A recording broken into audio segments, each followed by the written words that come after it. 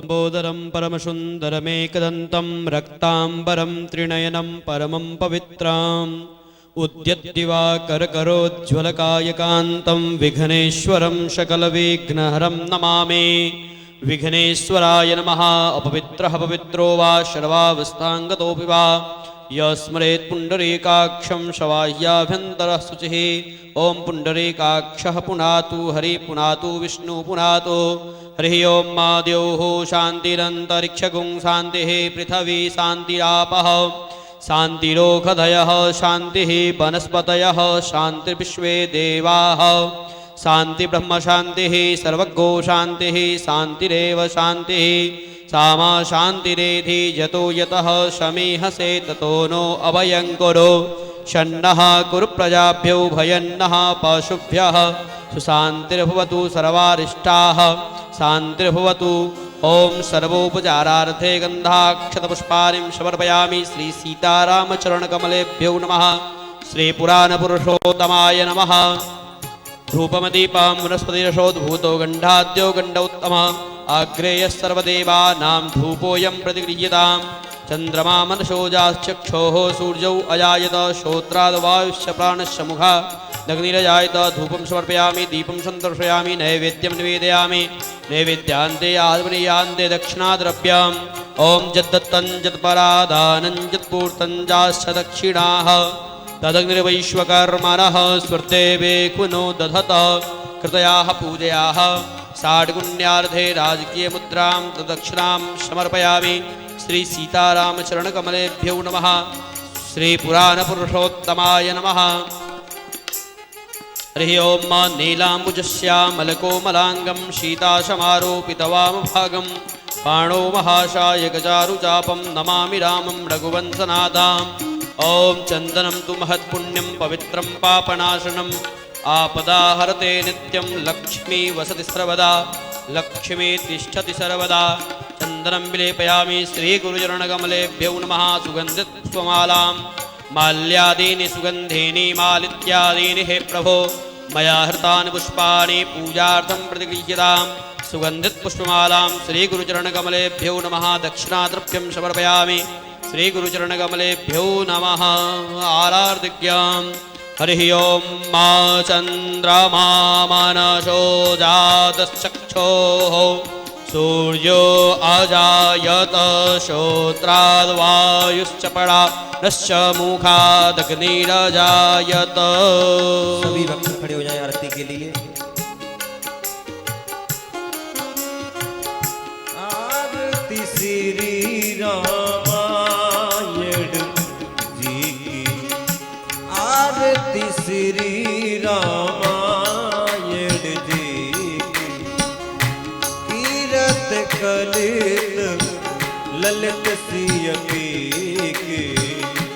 कीरत कलित ललित सिय की।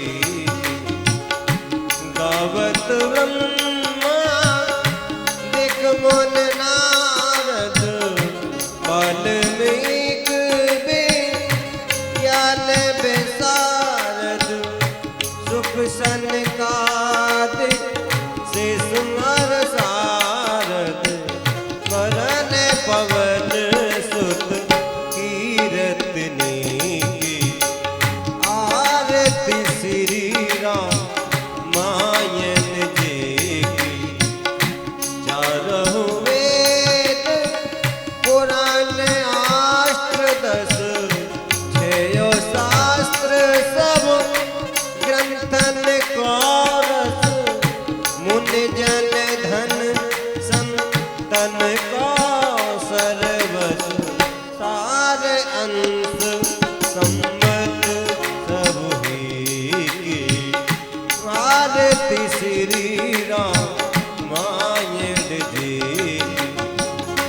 गावत संतत शंभो भवानी अरुगट संभव मुनि विज्ञानी व्यास आदि कवि बजीव कानी। कादव तुंड धर्म के ही की।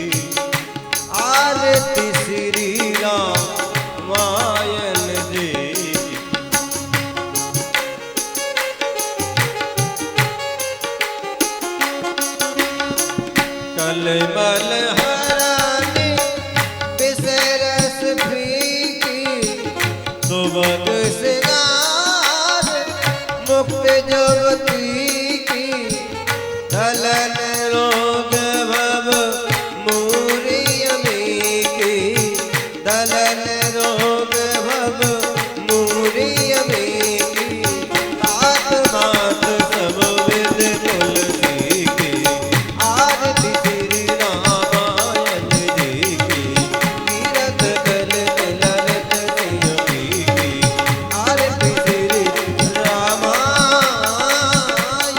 जी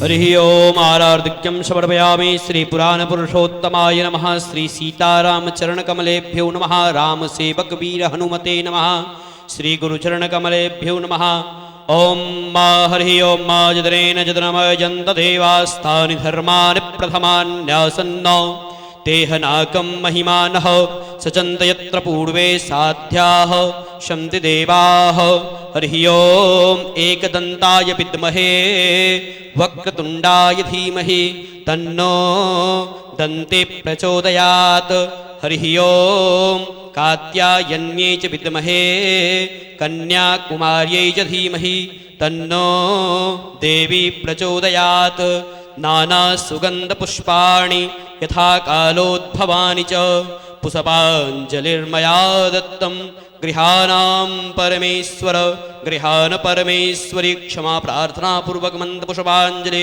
श्री पुराण पुरुषोत्तमाय नमः श्री सीतारामचरण कमलेभ्यो नमः श्री गुरुचरण कमलेभ्यो नमः। श्री सीताराम नाम महाराज की, श्री हनुमान जी महाराज की, श्री हनुमान जी महाराज की, श्री वृंदावन बिहारी लाल की, श्री राधा कृष्ण भगवान की, श्री काशी विश्वनाथ महादेव की, गंगा मैया की, गंगा मैया की, राम कथा महोत्सव की, महाराज जी की, धर्म की, अधर्म का, प्राणियों में विश्व का, गौ माता की, भारत माता की, सत्य सनातन धर्म की, अखिल ब्रह्मांड की, आज के आनंद की। नमः पार्वती पतये हर हर महादेव शंभो।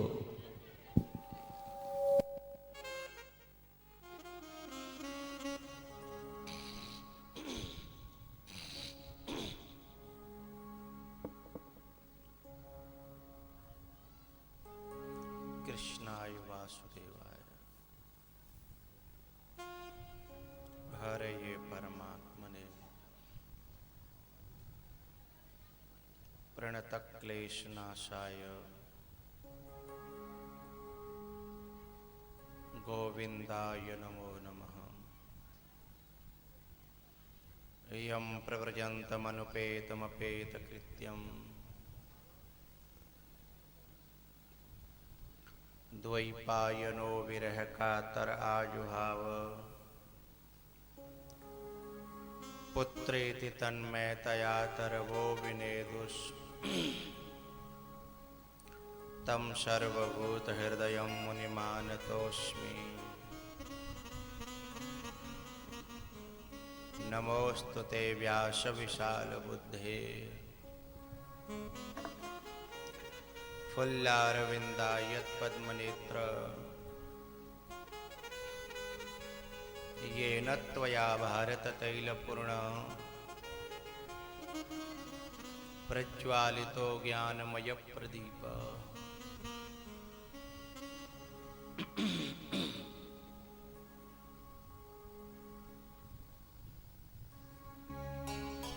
आइए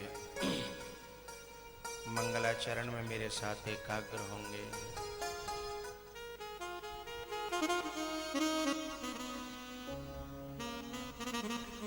आंखें बंद, भगवान का ध्यान।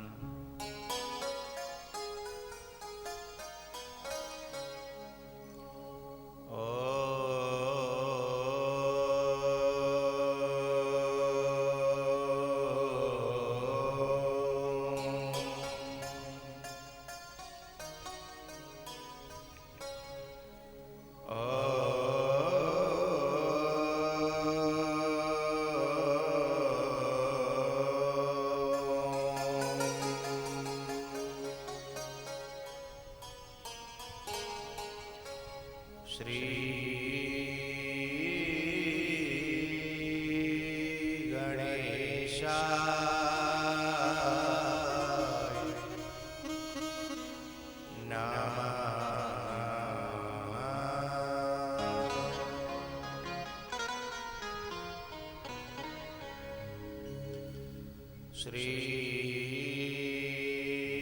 महासरस्वत्यै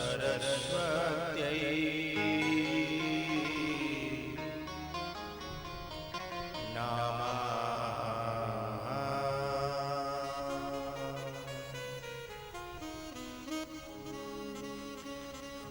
यो वन्दः प्रविश्य मम वाचमिमां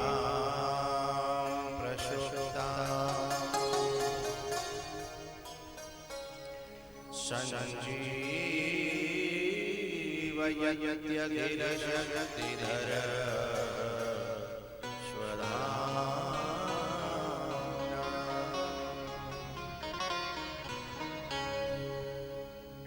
अन्याश्च हस्तचरण श्रवण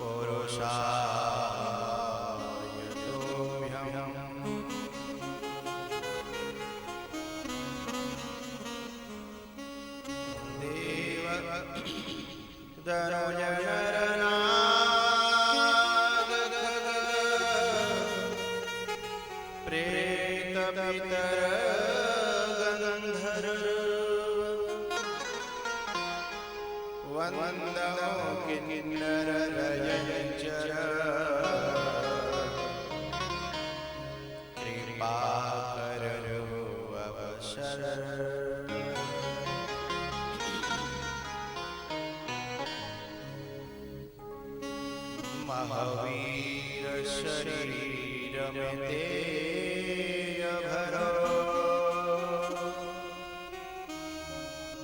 मन संयम बुद्धि काम यथा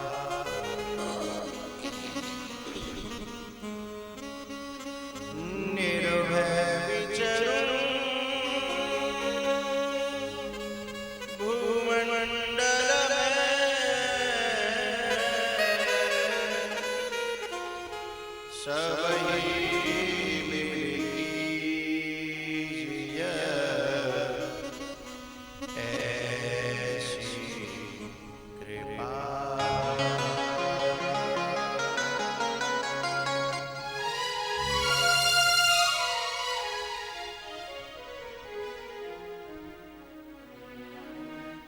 अनंत श्री विभूषित जगत अर्चनी वंदनीय प्रातः स्मरणीय श्री सद्गुरुदेव जी, सूक्ष्म जगत में विराजमान समस्त देवगण सिद्ध जन योगी जन, जगत की अधिष्ठात्री देवी माँ,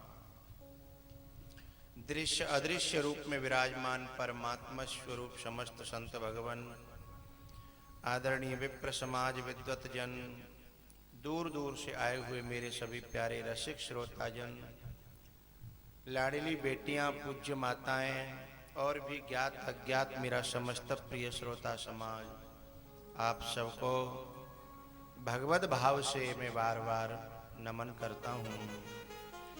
आओ भगवान नाम के साथ कथा में प्रवेश करें।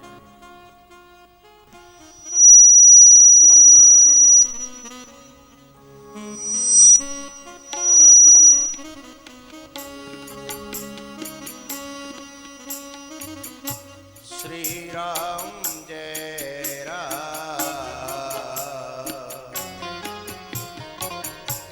जय जय राम।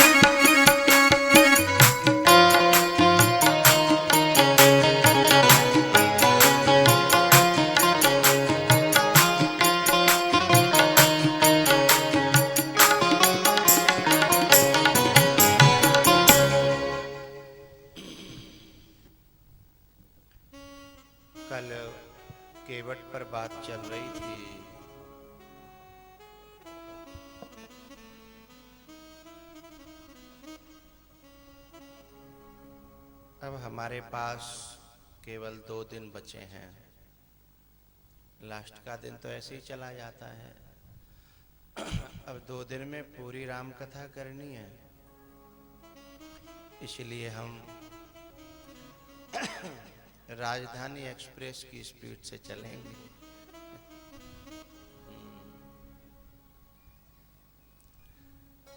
छोटे मोटे स्टेशनों पर वो राजधानी रुकती नहीं है।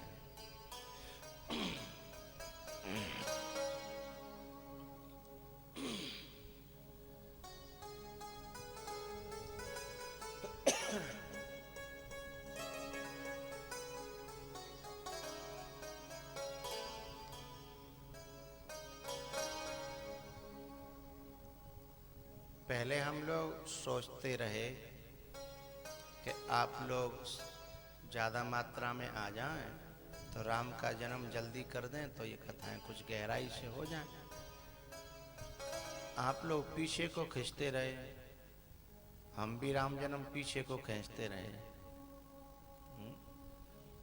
क्योंकि राम जन्म में भीड़ न हो और झूमना गाना न हो।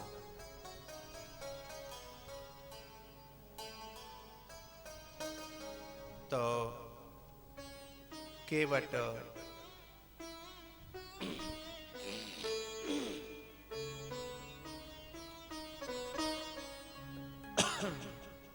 बात चल रही थी कल कि ये केवट भगवान का मर्म जानता है।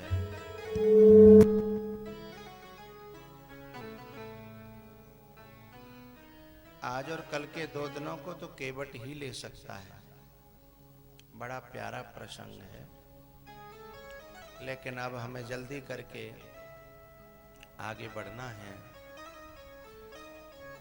कल के प्रसंग को मैं समेटते हुए, बहुत सारी बातों को न खोलते हुए, अब इसमें बहुत गहराई और गूढ़ बातें हैं। एक तो इसमें है, सुन केवट के बैन प्रेम लपेटे अटपटे। ये अटपटे क्या है? वेहसे करुणा एन चितय जानकी लखन तन। ये घंटा ये कथा जो है ना, कम से कम 2 दिन की है कि भगवान जानकी और लखन की तरफ देख करके क्यों मुस्कुराए। उसके कई कारण थे, उसकी अंतर कथाएं हैं। आखिरकार में उन बातों को समेटते हुए केवट ने आज्ञा ली पांव धोने की और आवाज लगाई अपने घर की तरफ कि पर्वतिया सुन है के, और देख हमार घाट पर कौन आई गवाह। और पर्वतिया लेकर के कठौता दौड़ी चली आई।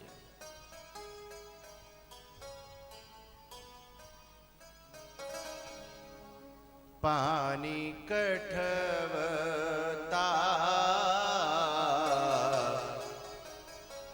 भर ले आवा।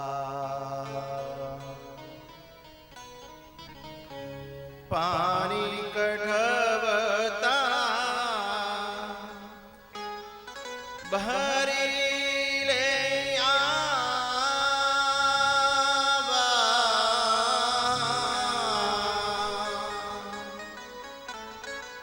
केवट राम रजाय सुपावा। अति आनंद उमगे अनुरागा। चरण सरोज पखारन लागा।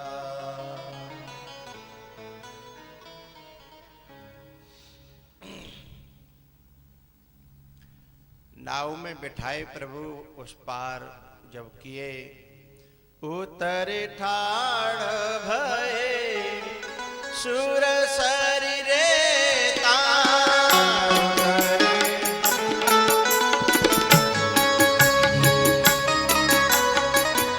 सिया राम गुह लखन समेता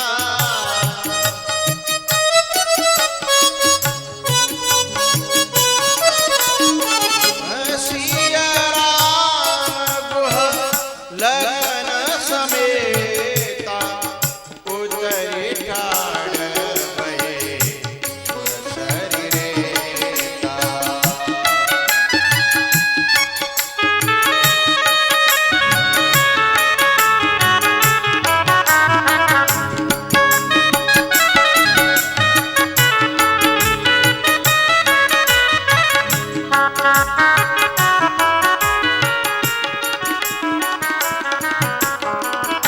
पियही की सिया जानन हारी मन मुदरी मन मुदित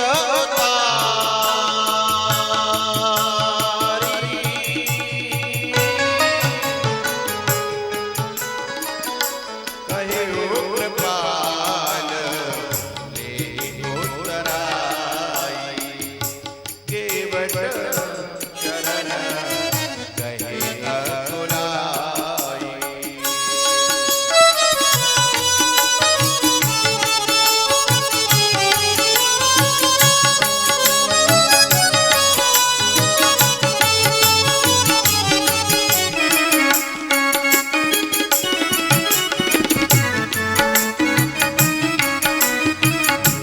आयो नाथ में आहन पावा मेरे दोष दुख तारी दावा मेरे दोष दुख तारी दावा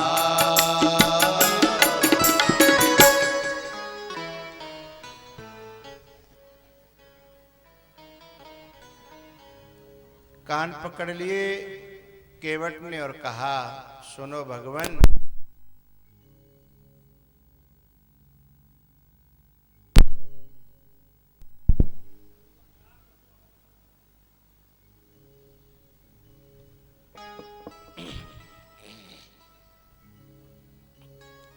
केवट ने कहा भगवान मैं गरीब जरूर हूं पर मैं आप अपनी सेवा को इन कौड़ियों में बेच दूं मैं इतना गिरा हुआ नहीं हूं। गरीब होना अलग बात है और गिरा हुआ होना अलग बात है।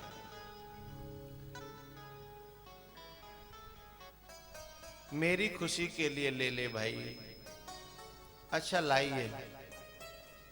केवट ने ले ली अंगूठी, थोड़ी देर अपने हाथ में रखी, फिर भगवान के हाथ में रख दी कि मैंने ले ली, स्वीकार कर ली, अपना ली, लेकिन इसे आप 14 वर्ष तक जब जंगल में रहो तब तक आप रखना। लौट के जब आओ फिरती बार मोहि जो देवा, सो प्रसाद में सिर धरे लेवा। भगवान ने फिर जब केवट ने कुछ लिया नहीं तो अपनी विमल भक्ति का वर दिया। ये विमल भक्ति का वर सबको नहीं मिलता। हजारों वर्ष तपस्या करी थी विभीषण ने, तब जाके मिला था, और केवट को प्रेम के कारण। केवट ने जो चरण धोए हैं वो हर एक के बस की बात नहीं है। 3 लोगों ने चरण धो पाए हैं भगवान के, और वो भी केवट की तरह नहीं धो पाए। एक तो ब्रह्मा जी ने धो पाए हैं, वामन भगवान में जब चरण ऊपर गया। दूसरे एक जनक जी ने धो पाए हैं, और तीसरे केवट ने धो पाए हैं। और कहाँ ब्रह्मा, कहाँ जनक, और कहाँ बेचारा केवट। फिर भी ब्रह्मा ने और जनक जी ने केवट की तरह नहीं धो पाए, मल मल करके। हाँ, केवट की तरह नहीं धो पाए। क्यों? कारण कल बता चुका हूं मैं। राम ही केवल प्रेम प्यारा,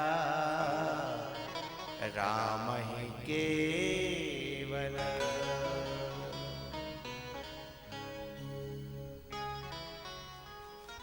भैयाओ,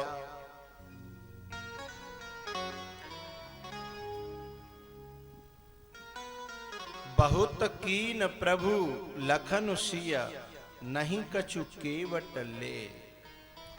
बेदा कीन करुणा यतन, भगति विमल बर दे। बहुत बड़ी बात है ये। लेकिन जब घर केवट पहुंचा ना, तो उसकी घरवाली ने कान खींच लिए।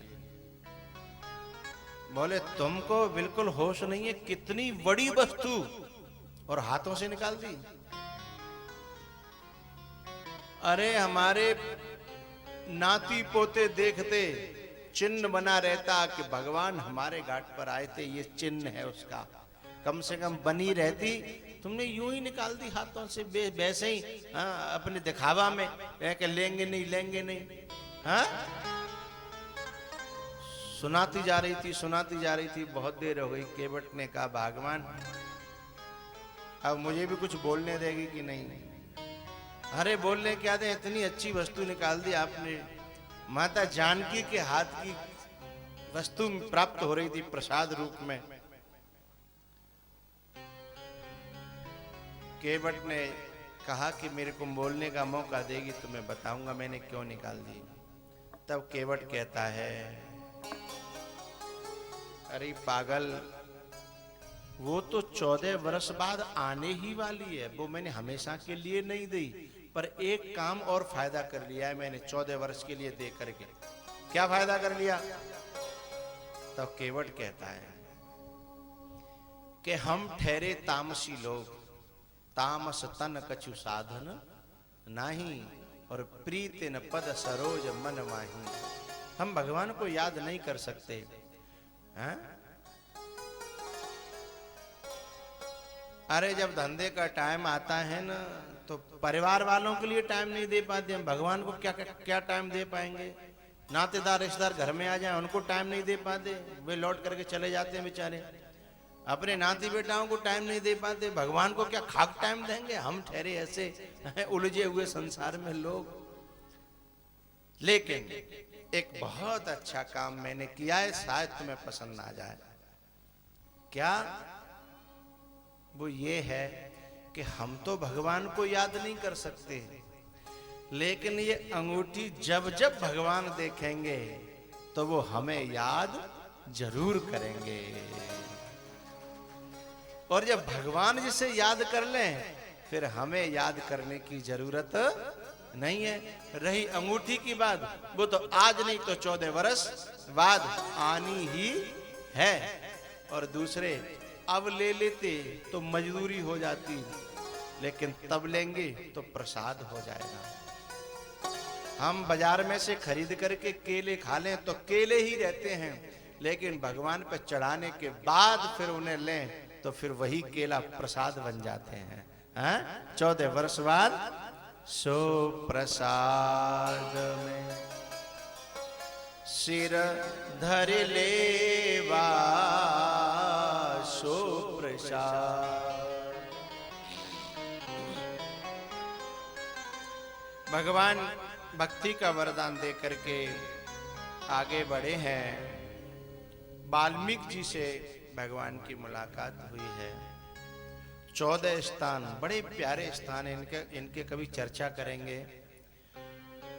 वाल्मीकि जी ने 14 जगह बताई हैं। 14 जगह धरती पर नहीं बताई, केवल मानव के अंदर। एक गुनगुनाता हूं।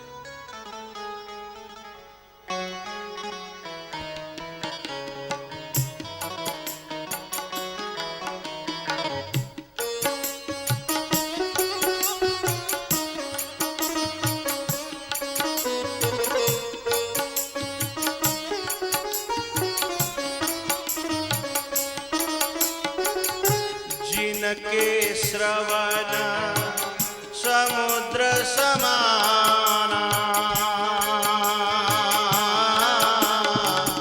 कथा तुम्हारी सुबह सरना।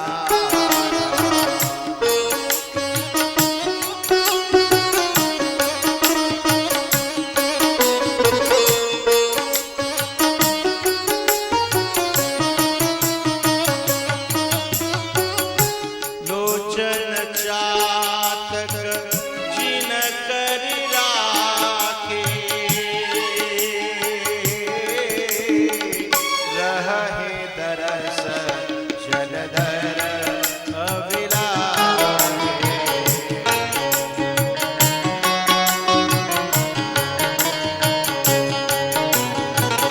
जितने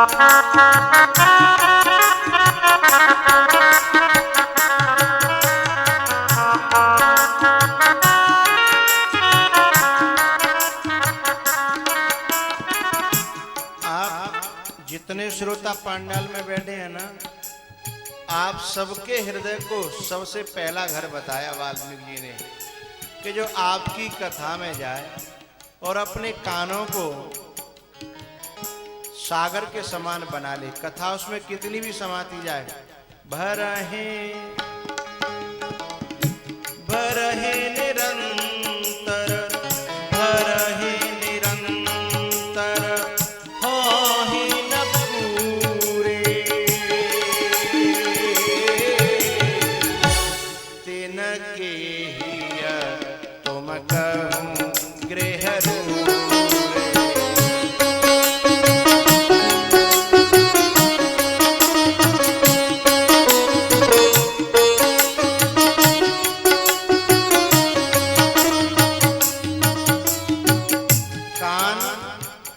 कथा में रहें, कथा के बाहर नहीं।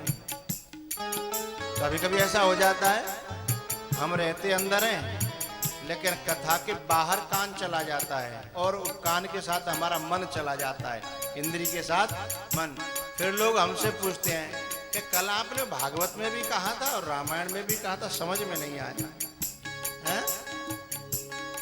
अरे भाई, कान को यहाँ राखो, मन को यहाँ राखोगे तो सब समझ में आएगा। नहीं तो सती की तरह कथा में संशय हो जाएगा है? राम में संशय हो गया क्योंकि सती ध्यान कथा में नहीं दे पाई।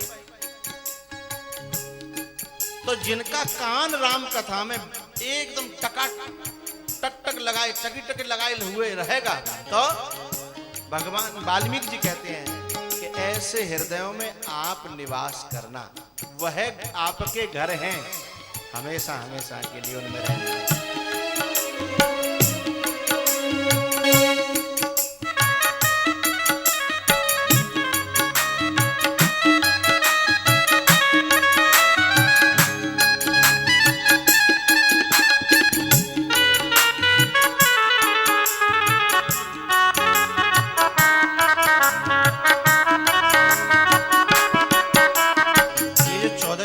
चौपाइयां ने मेरे हृदय को बहुत पुरेती हैं। एक में से एक भाव निकलता है।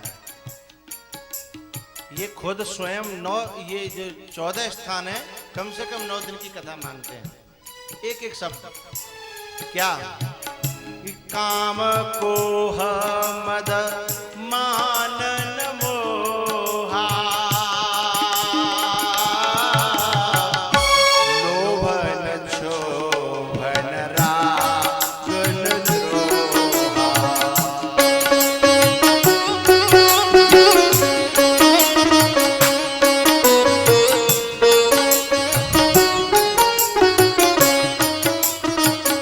जिनके कपट दंभ नहीं माया,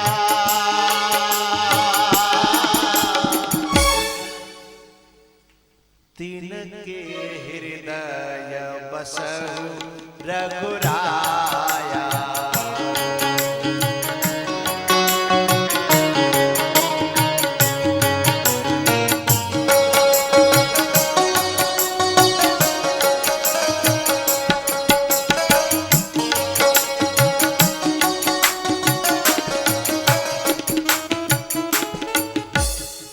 वाल्मीकि जी ने बहुत सारी जगह मानव के हृदय में ही बता दी। और ये 14 स्थान आपसे मेरा निवेदन पढ़ना जरूर है, न हिंदी अर्थ सहित। अगली बार फिर मैं आऊं तो जिसके अर्थ विशेष खोलूं तो मुझे बाहर की बात कहने की जरूरत न पड़े, अंदर की बात मैं कह सकूं। काम कोह मद मानन मोहा,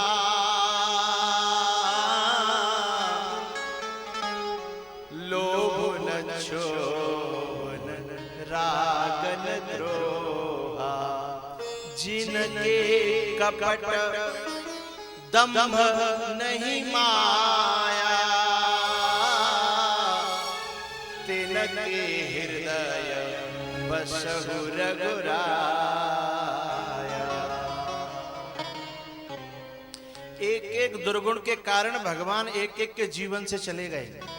अयोध्या से भगवान गए हैं ना, तो काम आ गया दशरथ के मन में, इसलिए दशरथ के जीवन से चले गए। हाँ?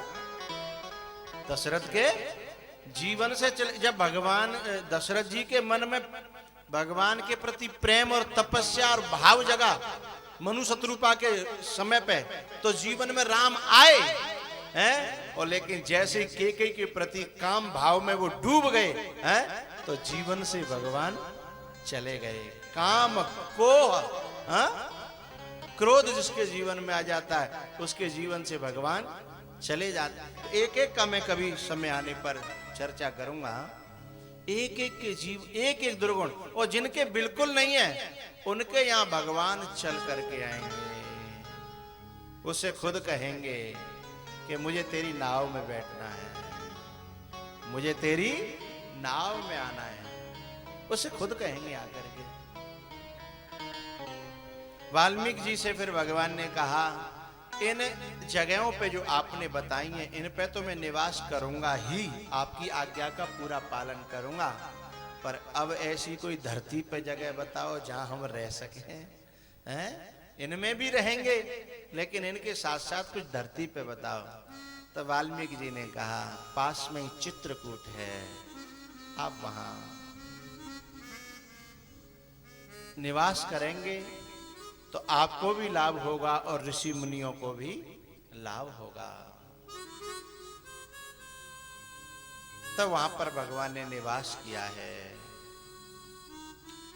भगवान चित्रकूट पर विराजे। इधर सुमंत जी के जो घोड़े थे ना, उनकी भी दशा बड़ी विचित्र थी। कभी समय आने पर चर्चा की जाएगी कि घोड़े भगवान से इतना प्यार करते हैं कि शायद कोई मनुष्य भी नहीं कर सकता। जासु वियोग विकल पशुए से, प्रजा मातु पितु जियहि कैसे। आखिरकार निषाद राज गुह ने जैसे तैसे सुमंत जी और घोड़ों को वहां से हकवाया। दशरथ का वहां मरण हुआ। भरत जी को गुरु जी ने बुलवाया। अब ये राजधानी चल रही है, ये कैसे बुलवाया, कैसे दशरथ जी का मरण, ये सब गहरी बातें हैं। फिर दशरथ जी ने, भरत जी ने आकर के कैकेयी से जो वार्तालाप किया है, जरी न जीह मोह परउन कीरा,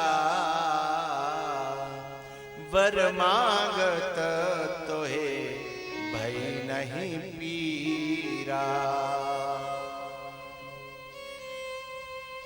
जैसे ही भरत जी को पता लगा कि इस माँ ने मेरा सारा काम खराब कर दिया, मेरे प्रभु को मुझसे दूर कर दिया, उसी क्षण ये संकल्प ले लिया कि आज से मैं इसको माँ नहीं कहूंगा।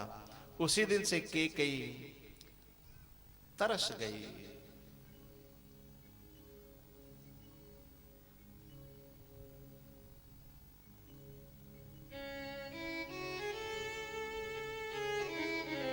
एक पंक्ति है बड़ी प्यारी, राम जी गाते हैं,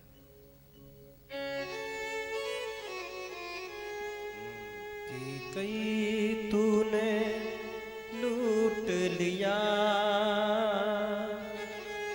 दशरथ के खजाने को, कैकेयी तूने लूट लिया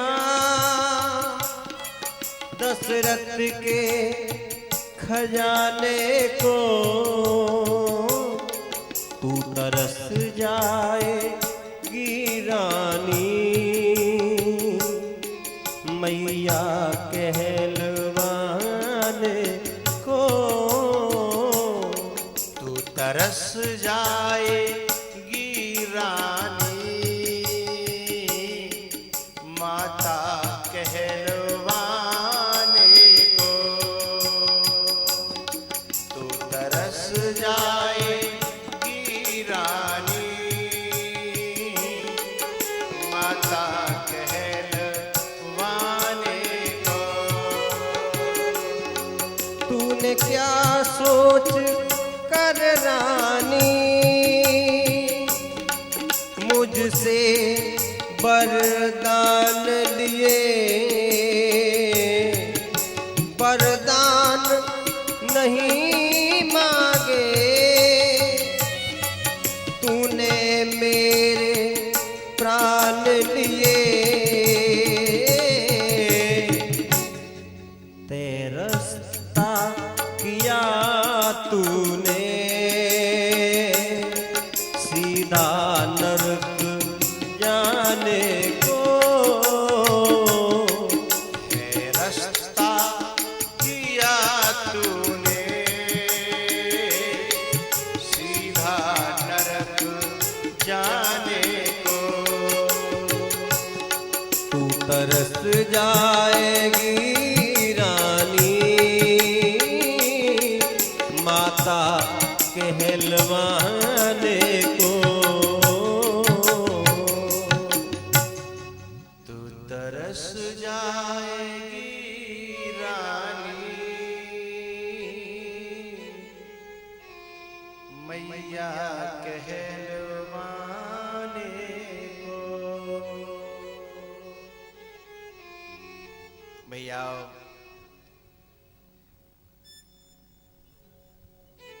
भरत जी ने उसी क्षण सौगंध खाई, मां कौशल्या के पास गए, बड़ा अच्छा संवाद हुआ। उसके बाद दशरथ जी का जो क्रियाक्रम था वो हुआ।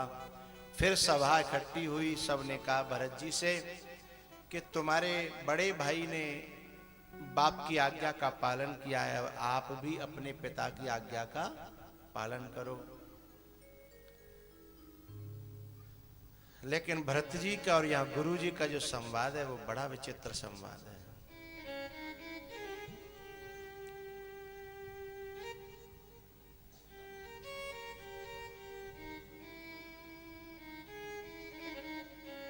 भरत जी ने गुरु जी से एक बात कही, गुरु जी आप जो कहोगे मैं वही मानूंगा, पर मुझे एक बात बताओ, ये जो कुछ भी अयोध्या में अनहोनी हो रही है,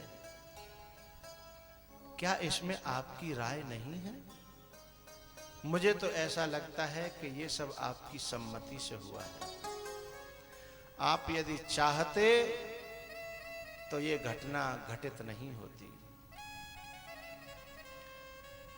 दशरथ वशिष्ठ जी महाराज यहाँ मौन साध गए हैं और मौनम स्वीकृति लक्षणम। संवाद तो बड़ा गहरा है, मैं गहराई में भी नहीं जाऊंगा।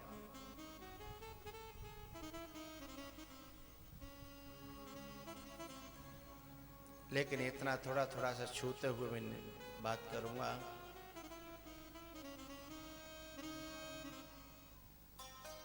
भरत जी ने एक बात रखी कि गुरुजी, जब मेरे पिताजी का देहावसान हो गया तो सारी बागडोर आपके हाथ में आ गई ना। जैसे अपने यहाँ सरकार फेल हो जाए तो राष्ट्रपति शासन लागू हो जाता है ना, ऐसे ही पहले राजतंत्र होता था। यदि राजा को कुछ हुआ तो उसके गुरु का पूरा, गुरु के हाथ में उसकी हथौटी होती थी। तो आपने जैसे कमान हाथ में ली, आप चाहते तो इस दुर्घटना को रोक सकते थे। कैसे? कि जैसे मेरी माँ ने वरदानों को मांगा था, उस प्रकार से ही वरदान पूरे करने का कम से कम आप आदेश तो देते। गुरुजी, पहला वरदान मेरी माँ ने मांगा था भरत को राज तिलक, और दूसरा वरदान था फिर राम जी को 14 वर्ष का वनवास। लेकिन आपने पहले वरदान की तो कोई चिंता नहीं की, जब होगा तो होता रहेगा। लेकिन दूसरे वरदान को आपने पहला पूरा करा दिया। बात समझ में तो आ रही है ना? दूसरा वरदान को पहले ही पूरा करा दिया, वनवास पहले करा दिया और राज तिलक अभी तक हुआ नहीं है। तो आपको इतनी जल्दी क्यों पड़ी थी दूसरे वरदान की? अरे कम से कम जैसे वरदान मांगे गए थे वरदान वैसे पूरे होते तो भी ये अनर्थ न होता। क्यों नहीं होता? पब्लिक ने प्रश्न भरी दृष्टि से देखा। तब भरत जी ने कहा कि वरदानों का क्रम था कि पहला वरदान भरत को राज तिलक, तो पहले वहां से बुला करके भरत को राज तिलक तो करते, फिर मालूम पड़ता कि उनके राम को वनवास कौन भेज के दिखाता है। पहले ये तो करते, लेकिन पता था आपको कि यदि भरत आ गया तो ये सब नहीं होगा, इसलिए आपने वनवास के वरदान को पहले पूरा कर दिया। गुरुजी, मेरे प्रश्न का उत्तर मैं चाहता हूं। गुरुदेव के पास कोई उत्तर न था, कोई शब्द न थे। भरत जी ने प्रार्थना करी, गुरुजी कुछ तो मुझे संतुष्ट करो। तो गुरुजी संतुष्ट क्या करते, बस एक बात कह गए कि सुनहु भरत भावी प्रबला, विलखी कहे मुनिनाथ,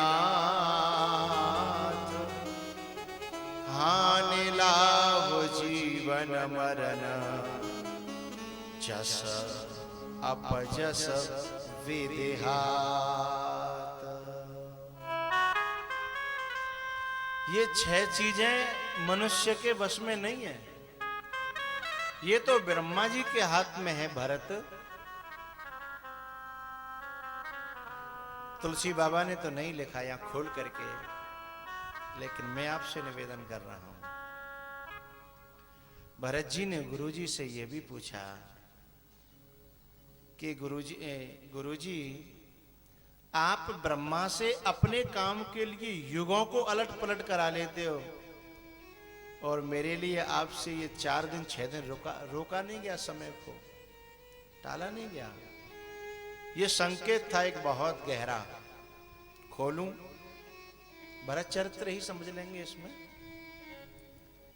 एक बड़ा गहरा संकेत था। मैं भी आपसे कहना चाहता हूं, षड्यंत्र में वशिष्ठ जी शामिल थे। राम जी के वनवास के षड्यंत्र में वशिष्ठ जी, भरत जी नहीं, पहले भरत जी कह गया क्या मैं? हाँ, वशिष्ठ जी शामिल थे, गुरु जी शामिल थे। वो बात बहुत पुरानी है। हुआ क्या था, यहां गुरुजी कुछ नहीं बोले और गुरुजी ने वनवास हो जाने दिया। नहीं, गुरुजी रोक सकते थे। गुरुजी एक तो ऐसे ही रोक सकते थे कि पहले भरत को बुलाया जाए, उसका राज तिलक किया जाए, बाद में वनवास है तो बाद में हो जाएगा, बात रुक जाती, बात टल जाती। फिर एक तो ये तरीका था। यदि समय की, काल की और ब्रह्मा जी की कोई बात थी ना, तो भी वशिष्ठ जी उस बात को रोक सकते थे। वो कैसे? वो ऐसे कि जिस समय वशिष्ठ जी साक्षात ब्रह्मा जी के पुत्र हैं और वशिष्ठ जी जब थोड़े से बड़े हुए अपने पिताश्री के यहाँ, तो तपस्या करने चल दिए। लेकिन ब्रह्मा जी ने कहा कि बेटा तुम जो है सूर्य वंश के कुल पुरोहित बन जाओ। उन्होंने कहा, बोले नहीं, मैं ये सब चावल वामर नहीं फेंकूंगा, ये उपरोहित कर्म अति मंदा, वेद पुराण सुमृत कर निंदा, मुझे जगह जगह की ये मुझे पसंद नहीं है। यजमान की पूजा करा करके, उसके अनुष्ठान करके जो भी कुल पुरोहित जो उससे दक्षिणा के रूप में धन, अन्न इत्यादि, वस्त्र इत्यादि जो अर्जन करते हैं, तो उसके लिए उनको त्रिकाल संध्या करनी पड़ती है, साधना करनी पड़ती है, तब जाके वो पचता है, और उसमें भी फिर दीनता रहती है। तो ये नहीं करना चाहते थे। ब्रह्मा जी ने कहा, तब करके तुम क्या पाओगे? बोले भगवान को पाऊंगा। और बोले इनका पुरोहित बन करके भी भगवान घर बैठे मिल जाए तो?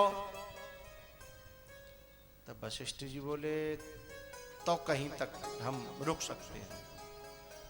तो बोले सूर्य वंश में परमात्मा स्वयं आएंगे और यदि तुम कुल पुरोहित बने तो तुम्हारे शिष्य बन करके भगवान रहेंगे। अच्छा, बोले तो हम कहीं तक स्वीकार कर सकते हैं, लेकिन कब आएंगे कुछ पता तो चले। तब ब्रह्मा जी ने बताया कि त्रेता युग में आएंगे। ये बात सतयुग की है जो चर्चा हो रही है। लेकिन पता है ये जो युग है ना, युग, पहले युगों की गिनती और तरीके से थी। क्या थी? सतयुग, द्वापर, त्रेता, त्रेता और कलयुग। बात समझ में आ रही है? हाँ? सतयुग, द्वापर, त्रेता और कलयुग। बात सतयुग में बैठ के हो रही है तो द्वापर बीच में, फिर त्रेता आएगा। वशिष्ठ जी ने कहा इतने दिन तक इंतजार हम नहीं कर पाएंगे, हम तो जा रहे हैं। वशिष्ठ जी ने रोका कि भाई बात तो सुन, सीधे जाने की धमकी। बताइए। बोले हम युगों को बदल दें तो? हाँ, बोले तो हो जाएगा। तब वशिष्ठ जी ने युगों को बदलवाया। त्रेता पहले करा दिया और द्वापर बाद में। अब गिनती क्या है? सतयुग, त्रेता, द्वापर और कलयुग। ब्रह्मा जी पर वशिष्ठ जी ने युगों को उलट फेर करा लिया। भरत जी कहना चाह रहे कि आपने जब अपनी टेक रखी तो ब्रह्मा जी पे युग के युग इधर से उधर करा लिए हैं, और मेरे लिए ये 4-6 दिन इधर से उधर नहीं कर पाए आप। हाँ? बात पकड़ में आ गई। तो वशिष्ठ जी ने वहां तो ये कहकर के टाल दिया कि जस अपजस विधि हाथ, लेकिन बात एक गहरी थी इसमें। वशिष्ठ जी इस षड्यंत्र में सम्मिलित थे, उसका एक कारण था। वो भी खोलूं? कुछ उधार नहीं रखोगे? अच्छा, आगे बुलाना नहीं चाहते हो क्या? है?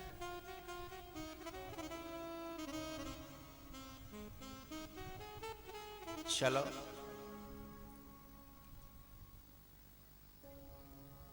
पर चिंता मत करना, राजधानी एक्सप्रेस में इतना छूट गया है कि आगे बुलाओगे तो नया ही होगा, पुराना नहीं होगा। है? अच्छा चैन खींच लेंगे। है?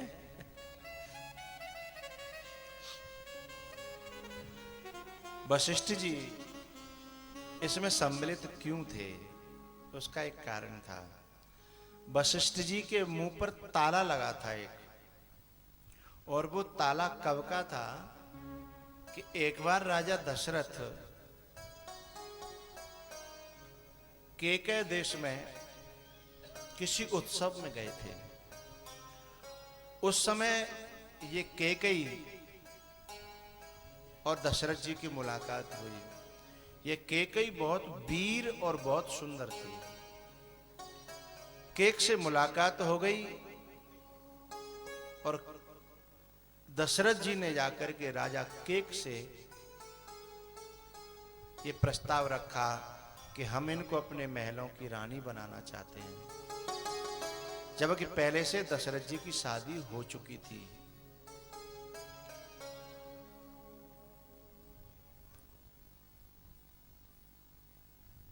राजा केक बड़े चतुर होशियार राजा थे। उन्होंने कहा कि महाराज हम तैयार तो हैं, स्वीकार है हमें ये संबंध, पर हमारी कुछ शर्तें हैं। बोले बताइए। बोले बताएं क्या? कोई अपने राज्य का एक तो वरिष्ठ नागरिक आप बुलाइए जिसके हम लिखित में ये चीज लेंगे, ये शर्त लेंगे, और उस पर साइन किसी वरिष्ठ व्यक्ति को होने चाहिए। उन्होंने कहा मेरे पूरे राज्य में सबसे वरिष्ठ मेरे गुरुदेव हैं। बोले बुला लीजिए। तो एक ताम्र पत्र पर ये 2 शर्तें राजा केक ने लिखवाई और उस पर वशिष्ठ जी के साइन हुए। क्या शर्तें थी? पहली शर्त कि मेरी बेटी की संतान जो होगी राजगद्दी पर वो बैठेगी तो मैं शादी करूंगा। और दूसरी शर्त यह है कि मेरी बेटी जब तुम कभी युद्ध करने जाओगे तो मेरी बेटी युद्ध में तुम्हारे साथ जाएगी, इच्छा करेगी तो। इसकी इच्छा हुई युद्ध में साथ जाने की तो मेरी बेटी युद्ध में तुम्हारे साथ जाएगी। ये 2 शर्त यदि मंजूर हो तो लिख करके, और तो ये शर्त जो है ताम्रपत्र पर लिखी गई और उनके साइन हुए वशिष्ठ जी के। तो वशिष्ठ जी पहले से ही बंधे हुए थे इस बात में कि राजगद्दी भरत को मिलनी चाहिए, इसलिए इसमें शामिल हो रहे थे।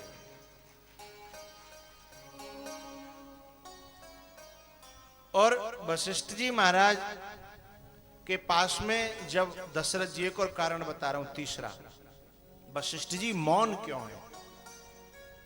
तीसरा कारण, जब दशरथ जी गुरु गृह गयौ तुरत महिपाला,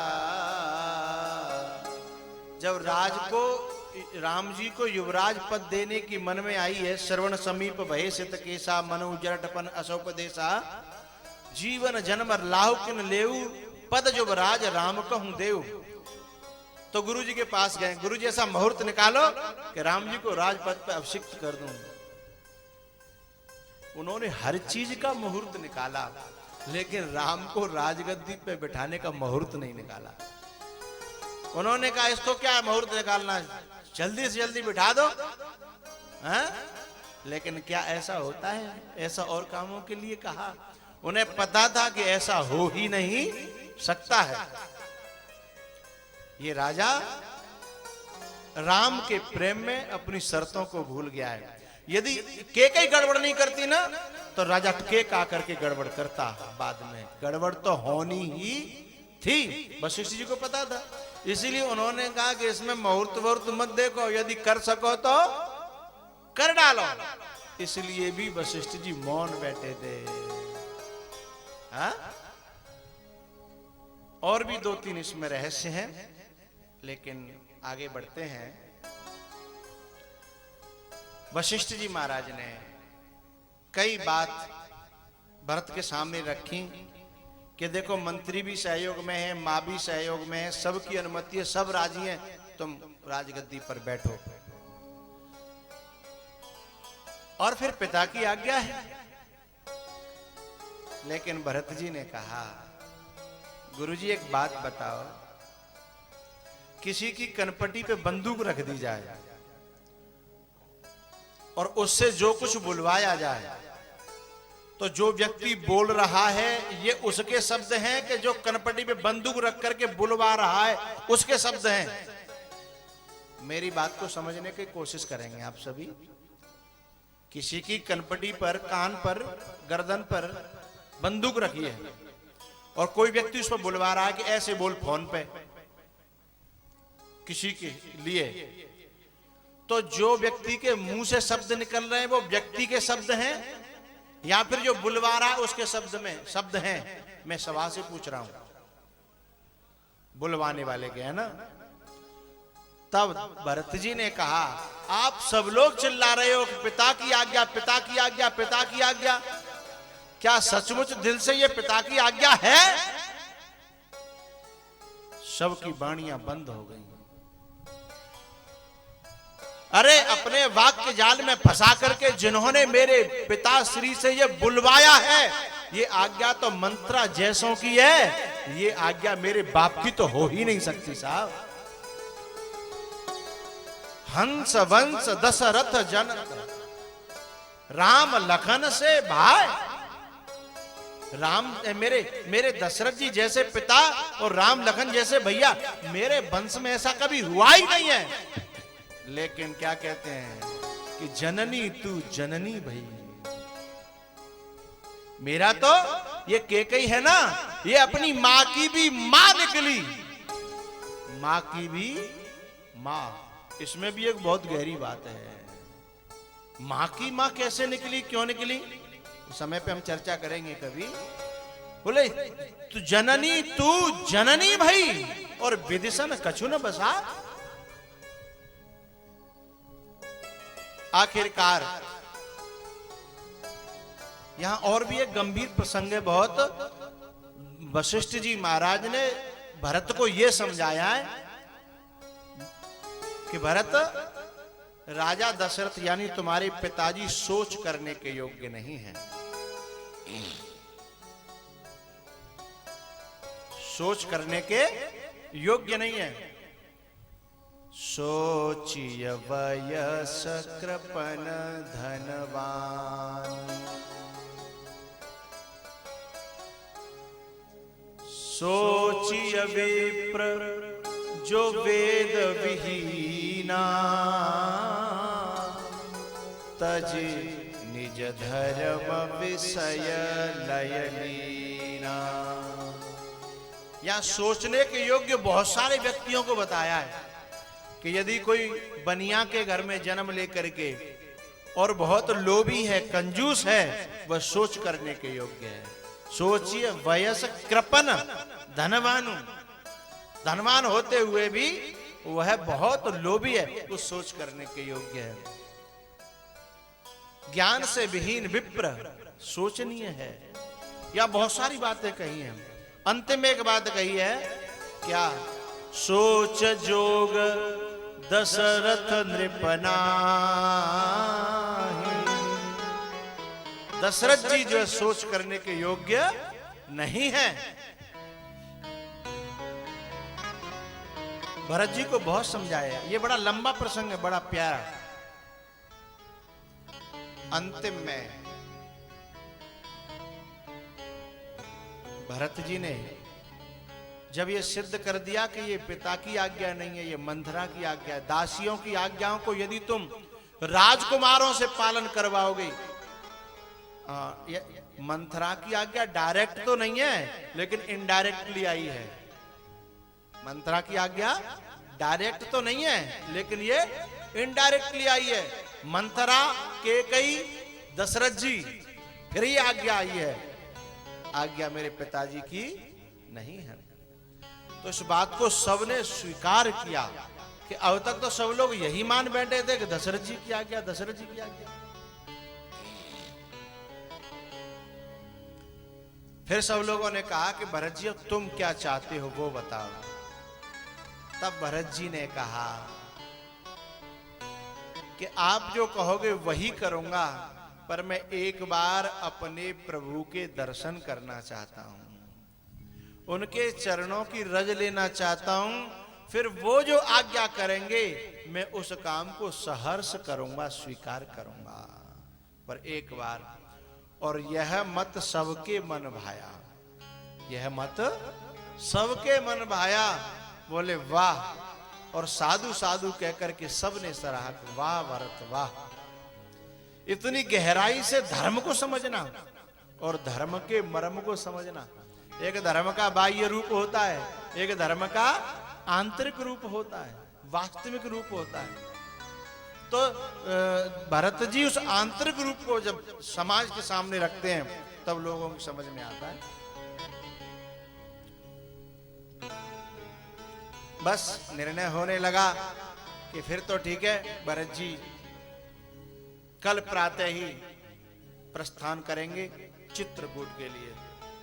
कुछ गिने चुने विश्वास पात्र लोगों को अयोध्या की रखवाई के लिए रखा, बाकी सब लोग चलने को तैयार। जो पहले छोड़े गए थे ना तमसा के किनारे, वह सभी लोग, उसमें केवल 3 लोग और बढ़ गए।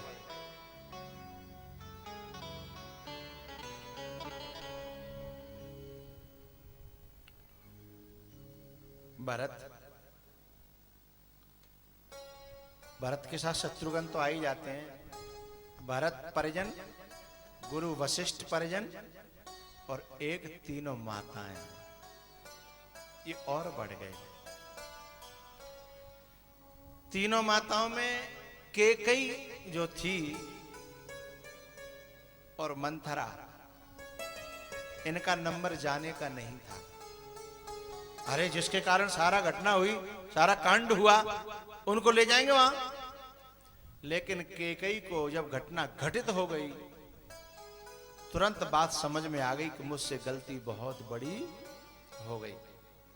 उसने अपनी एक दूती को, दासी को भरत जी के पास भेजा और उस दासी ने कहा कि माताजी ये कह रही हैं कि यद्यपि अब मैं जाने लायक तो नहीं हूं, मेरा मुख इस लायक नहीं रहा कि मैं अब चित्रकूट चल सकूं, लेकिन फिर भी प्रार्थना है अपने पापों का प्रायश्चित करने के लिए, यदि भरत उचित समझे तो मैं चित्रकूट चलना चाहती हूं। भरत जी ने कहा कि राम की तरफ जो चलना चाहता है उसके लिए मेरे कंधे और मेरा शीश हमेशा तैयार है।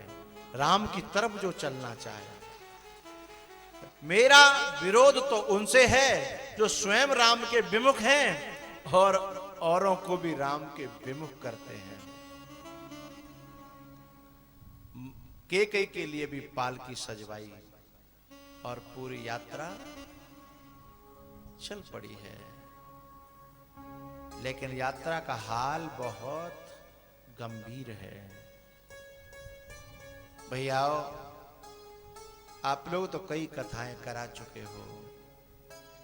कथा जब आती है ना तो बड़ा उमंग लेकर के आती है, उत्साह लेकर के आती है, लेकर कथा जब जाती है तो आंसू दे करके जाती है। तुम्हारा घर यहीं रहता है, परिवार यहीं, सब कुछ यहीं, केवल कथा जाती है क्योंकि आप लोग कथा के बहुत प्रेमी हो ना। और कथा जब जाती है तो ऐसा लगता है कलेजा फट रहा हो, न जाने क्या अपना जा रहा हो। हा? भरत जी महाराज केकई को भी सजवा करके और निकल पड़े हैं और मन ही मन भगवान का जप, एक तू ना मिला, भगवान का स्मरण, आंखों में पानी, पांव में छाले हैं।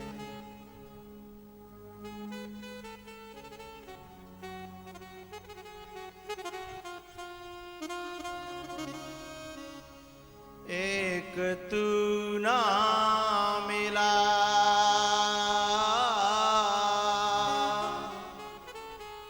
सारी दुनिया मिले भी तो क्या है, एक तू ना मिला।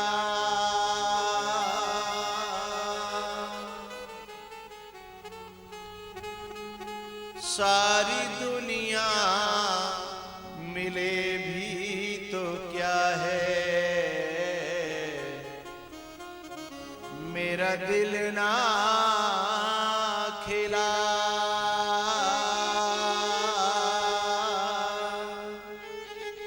सारी बगिया खिले भी तो क्या है, एक तू ना मिला।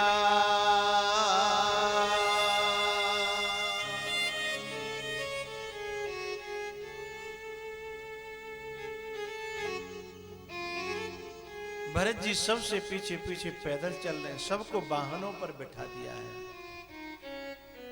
किसी दूत ने जाकर के माता कौशल्या से कहा कि भरत पीछे पैदल चल रहे हैं। कौशल्या ने अपनी पालकी रोकी और भरत से कहा, इस समय सभी लोग तुम्हारा अनुकरण कर रहे हैं, तुम इस समय अनुकरणीय हो गए हो। यदि तुम पैदल चलोगे तो ये सारे लोग पैदल हो जाएंगे और यात्रा बहुत कठिन हो जाएगी। इसमें कुछ लोग चलने लायक हैं, कुछ नहीं हैं, लेकिन यदि तुम पैदल चले तो वो सब पैदल करने का हट करेंगे। इसलिए बेटा मैं जानती हूं तुम बहुत बड़े सेवक धर्म निभाने वाले हो। सबते सेवक धर्म कठोरा,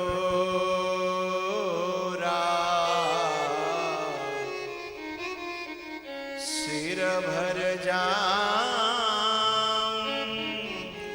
उचित असमोरा।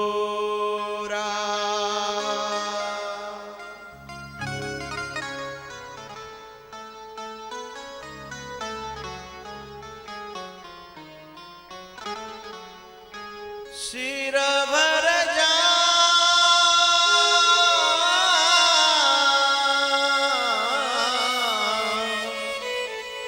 उचित असमोरा।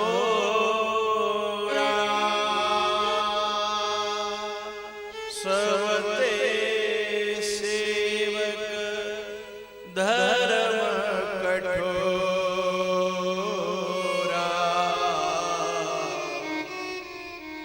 सिर भर जाम उचित असमोरा।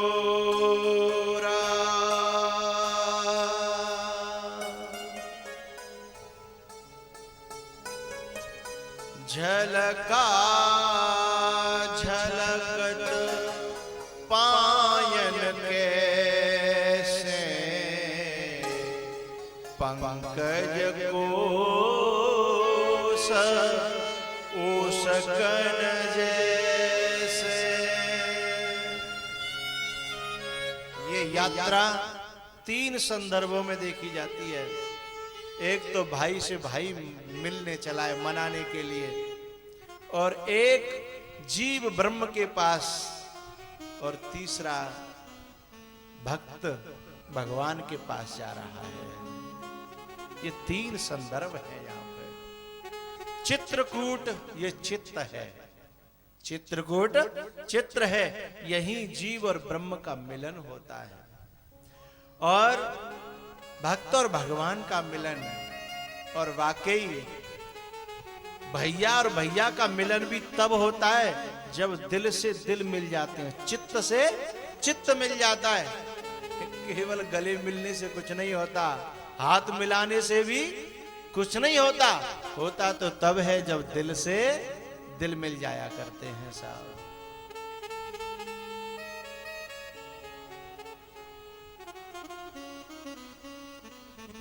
भैया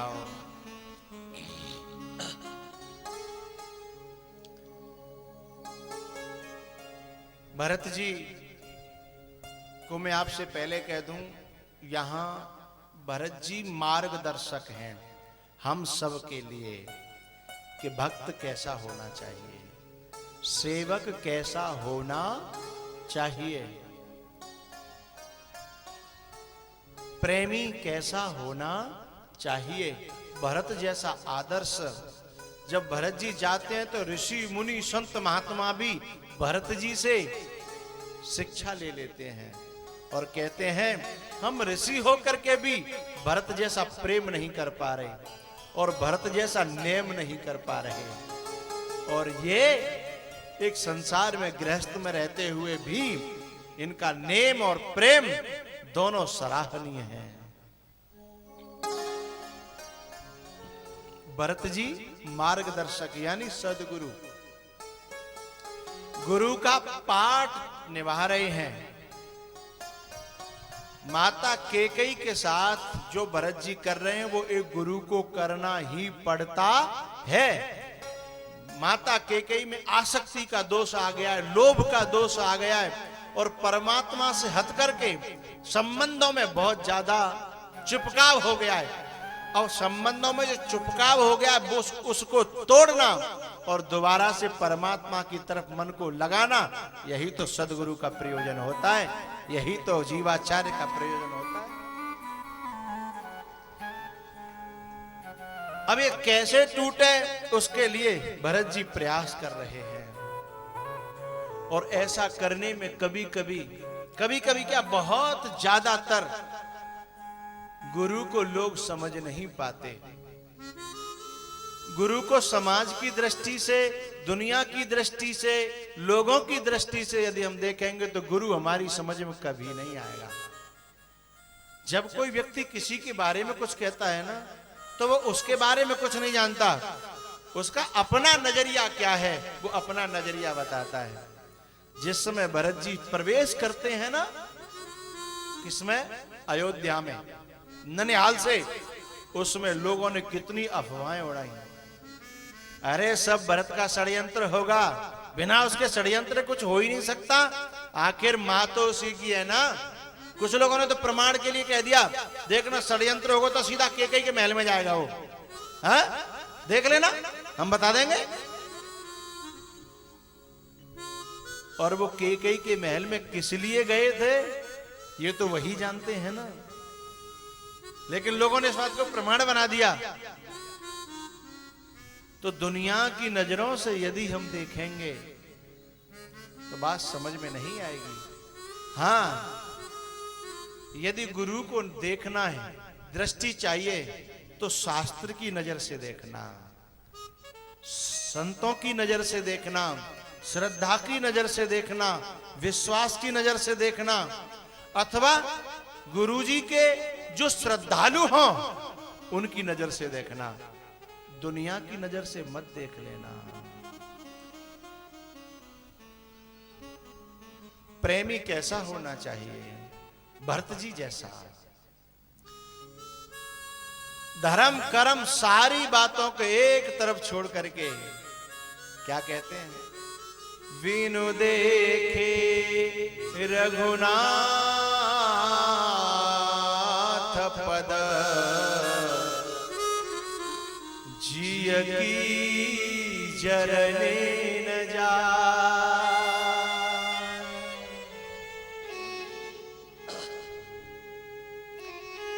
भरत जी को राजपद मिल रहा है, उसमें ठोकर मार दी, लेकिन उन्हें राजपद नहीं, उन्हें अपना भगवान चाहिए, अपना परमात्मा चाहिए।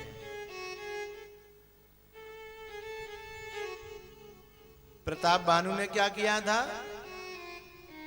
राज पाने के लिए अपने गुरु का ही अपहरण करा दिया था, हैं? सीता जी ने सोने का मृग पाने के लिए भगवान को उससे पीछे लगा दिया था, लेकिन सीता जी की समझ में बहुत जल्दी बात आ गई, फिर उन्होंने रावण की तरफ देखा तक नहीं है। त्रणधर ओट कहति बैदे सुमेरे अवध पते परम सने। इसलिए बहुत जल्दी सीता जी लौट के आ गई, भगवान लेने चले गए। राज पाने के लिए, वैभव पाने के लिए, प्रतिष्ठा पाने के लिए लोग परमात्मा को बेच देते हैं, गुरु का अपहरण करा देते हैं, लेकिन अनुकरणीय भरत का प्रेम है। यहां कहीं कोई प्रलोभन इन्हें डिगा नहीं सकता, इन्हें हिला नहीं सकता। सुग्रीव बाली गुफा में जब दुंदुभी राक्षस के से लड़ने गया और रक्त की धारा निकल आई, तो सुग्रीव ने तुरंत एक शिला लगा दी, तुरंत आकर के राजगद्दी पर बैठ गया। हाँ? कहता लोगों ने बिठा दिया, मैं करूं क्या? लोग बिठाने वाले होते तो भरत को क्यों नहीं बिठा देते? हाँ? यदि लोग ही बिठाते हैं तो भरत को क्यों नहीं बिठा देते?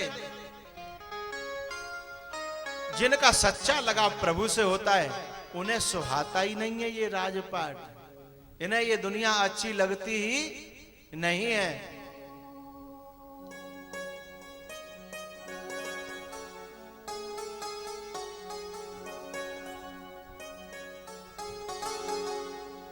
उनके लिए तो एक ही पंक्ति है, कृष्ण नाम अति मीठो लागे,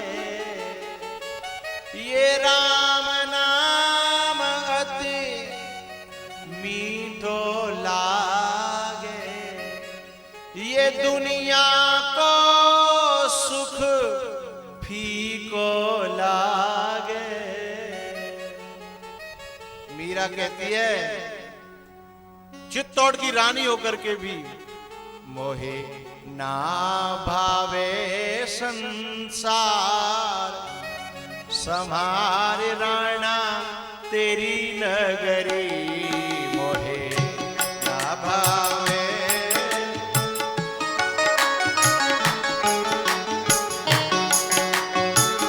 तेरी नगरी रे राणा तेरी नगरी,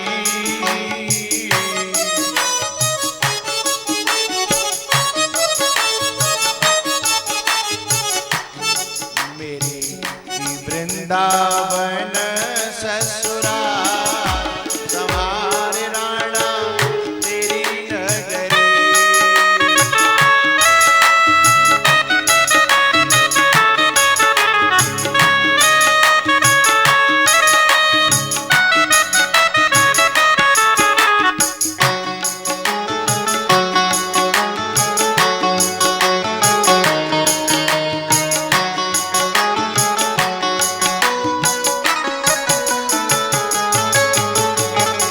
सुख वैभव तेरा तो मुबारक, सुख वैभव तेरा तो मुबारक, मेरे लिए है ये हानिकारक, मेरे लिए है ये हानिकारक।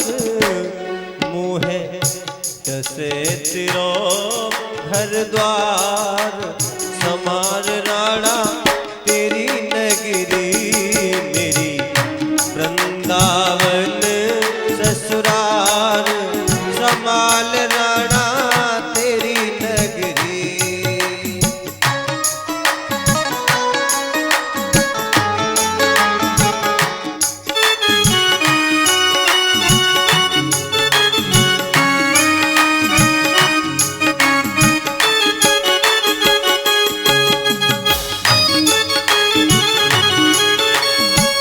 तेरी नगरी रे राणा तेरी नगरी, तेरी नगरी रे राणा तेरी नगरी, मेरी वृंदावन ससुराल, समाल राणा तेरी नगरी।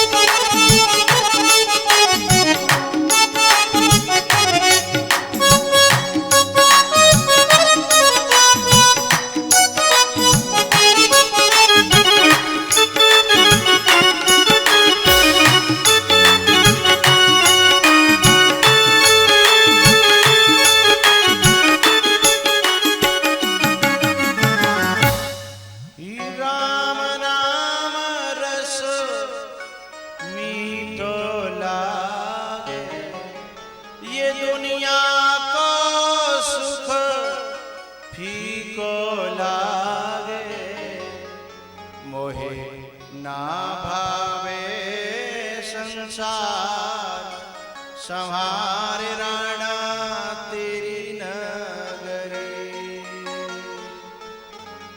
बोल रामचंद्र भगवान की, हनुमान जी महाराज की, हर हर महादेव। 10 मिनट का पानी वगैरह का विश्राम, फिर बैठे।